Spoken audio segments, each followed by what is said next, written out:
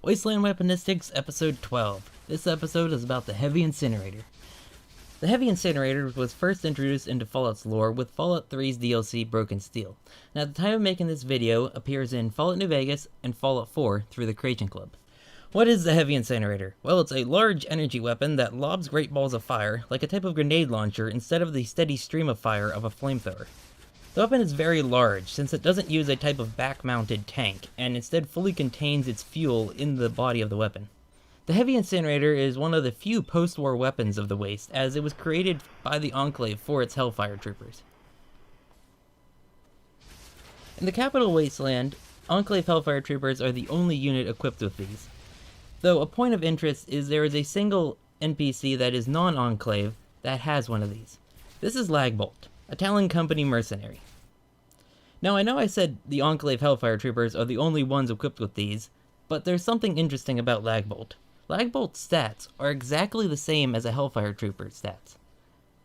And given the fact that he has a Heavy Incinerator, I think this means that he was a type of Enclave Hellfire trooper. So for the Fallout 4 version, this version is from the Creation Club. As I have said in previous videos, Creation Club items are in a state of canon limbo, as they are not confirmed to be canon, nor non-canon. I go with their canon because several of the Creation Club items appear in Fallout 76. For the Fallout 4 version, the lore doesn't change at all, and this is actually where we learn that it was made specifically for the Enclave's Hellfire troopers. However, since the Enclave has basically no presence in the Commonwealth area, the Heavy Incinerator is a very rare weapon, as the only world drop is from the Creation Club questline. We learn from the quest that the Forged acquired this weapon by finding it on the bodies of Enclave soldiers. This is also where they found the Hellfire power armor, as one of their members, a female named Pyro, is seen wearing it. A bit of a fan theory for this next section. In Fallout 4's DLC, Far Harbor, we meet a member of the Children of Adam. His name is Richter. He was previously a member of the Enclave. His team all died in a terrible accident where they all got trapped and slowly starved to death. However, Richter was able to survive this encounter, but just barely. He was then rescued by the Children of Adam. He abandoned the Enclave and joined the Children of Adam. I believe that the Hellfire armor and the Heavy Incinerator the Forge members found belonged to Richter, or possibly a deceased member of his former team. This version of the Heavy Incinerator is somewhat modifiable. It doesn't have many modifications, just different barrel lengths, a bigger gas tank, and a different nozzle. The most interesting attachment is the Incinerator Shield. This prevents the user from being set on fire. Now for New Vegas' Mojave Wasteland. New Vegas is a bit weird when it comes to this weapon because it contradicts the lore from Fallout 3 and Fallout 4. There are two versions of this weapon, the Heavy Incinerator and the Standard Incinerator. The only real difference between these two is the Incinerator has less tanks than the Heavy Incinerator. The problem here is that these versions can be found through the Mojave Wasteland. NCR Heavy Troopers can be seen using these, as well as Supermutants and even the Fiend's Raider Gang.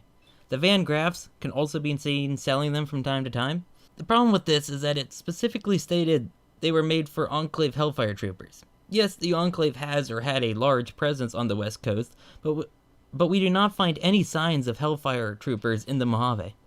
Only the West Coast version of Enclave armor can be found in the Mojave Wasteland. Now, you could say that these were shipped to the Western Enclave before they got the Hellfire armor, and after their defeat the weapons spread through the Wasteland. But one of Fallout New Vegas' DLCs makes this matter even worse.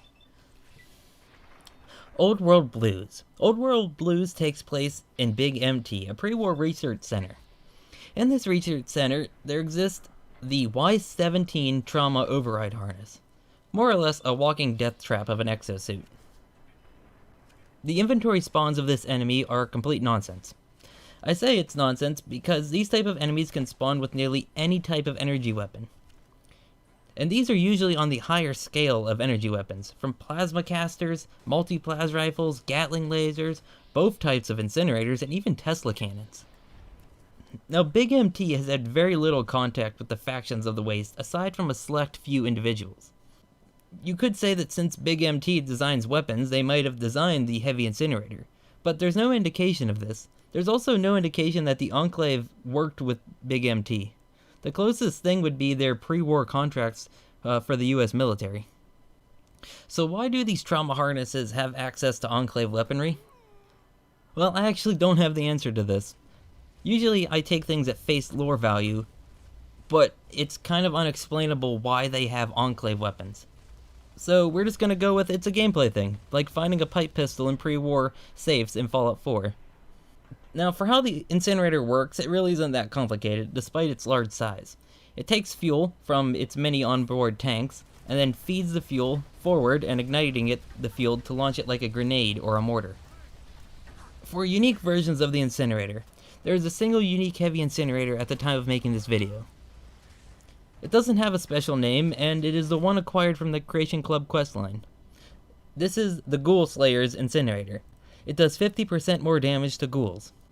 As this weapon is a pure fantasy weapon, it's not really based on anything from real life that I can find. Thank you for watching this video to the end. If you liked it, feel free to subscribe to this channel as well as my main channel, Trooper Fofo.